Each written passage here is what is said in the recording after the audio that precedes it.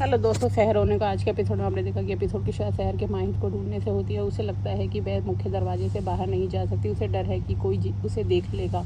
वह गजल का पत्र माहिर को दिखाना चाहती है। उसे इस बीच नाजिमा माही से शिकायत करती है कि वह शहर के भविष्य और उसके दर्द की चिंता कर रहा है। उसने कभी उसकी परवाह नहीं की। नाजिमा बचपन से माहिर से प्यार नाजिमा कहती है कि मैं बचपन से तुमसे प्यार करती हूँ। माहिर कहता है कि यह उसका गुनाह है। नाजिमा उससे बताती है कि उसने उसकी आदत दुल्हन बनने के लिए सब कुछ किया। वह उसे अपने दिल में भी ज़रा भी जगह नहीं देता।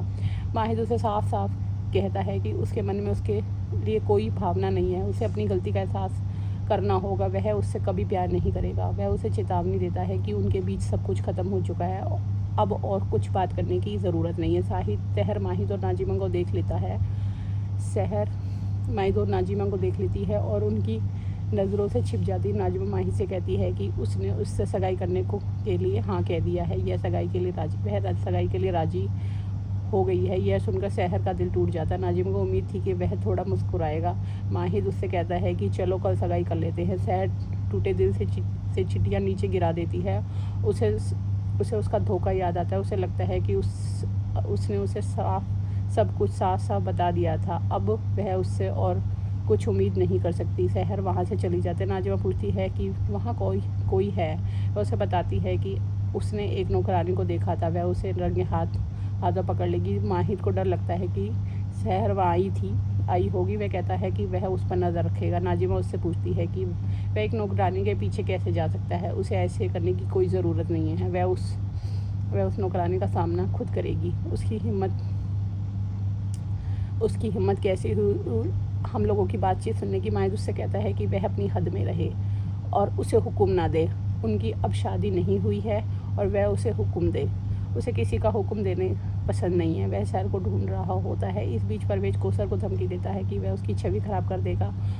उसका फरीद के साथ अफेयर चल रहा है, इसलिए वह इस तस्वीर को सबूत के तौर पर दिखा सकता है। बरखा कहती है कि ये लोग कौसर का बचाव करेंगे। बरखा कहती है कि सभी लोग औरतें कौसर का बचाव करेंगी और इसके बजाय परवेज की प्रतिष्ठा को धूमिल कर देंगी। पर फरीद परवेज पर भड़क उठता है। वह उसकी पत्नी के साथ वह कहता है कि वह उसकी पत्नी के साथ बुरा व्यवहार कर रहा है। वह उसके खिलाफ शिकायत दर्ज करेगा। कौसर फरीद से इस मामले से दूर रहने को कहती है और कहती है कि उसकी समस्या है वो कहती है कि मुनीर के वापस आते ही वह फरीद की ज़िंदगी से चली जाएगी। फरीद उससे पूछता है कि क्या उसे सच नहीं पता। कौसर उसे बताती कि मुनीर ज़िंदा है। परवेज ने उसे सबूत दिखाए हैं। वह उसे जाने को कहती है। बाद में शहर एक पिज़्ज़ा खरीदती है। वह उससे अपनी पड़ोसी के साथ बांटती है। उसमें ज़्यादा मिर्ची डाल देती है। वह अपने दिल टूटने के दर्द को उससे छुपाती रहती है। वह माहिर के बारे में बात करती रहती है। वह दिखावा करती है कि उसे माहिर की परवाह नहीं है, लेकिन उसकी सगाई की खबर से वह बहुत दुखी है। माहिर को चिट्ठी मिलने के बाद उसने माहिर के बारे में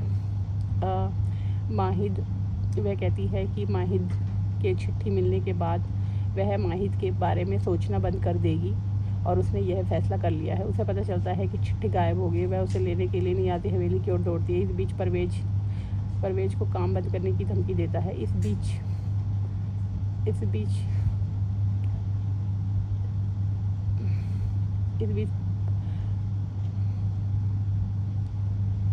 परवेज कौसर को काम बंद करने की धमकी देता। कौसर और बरखा उसका फ़ोन तोड़ देती है और कौसर कहती है कि वह अपनी बेटी को वापस लाने के लिए काम कर रही है। उसे नए जुगाड़ लगाने की बजाय अपनी बेटी को वापस लाने के लिए काम करना होगा।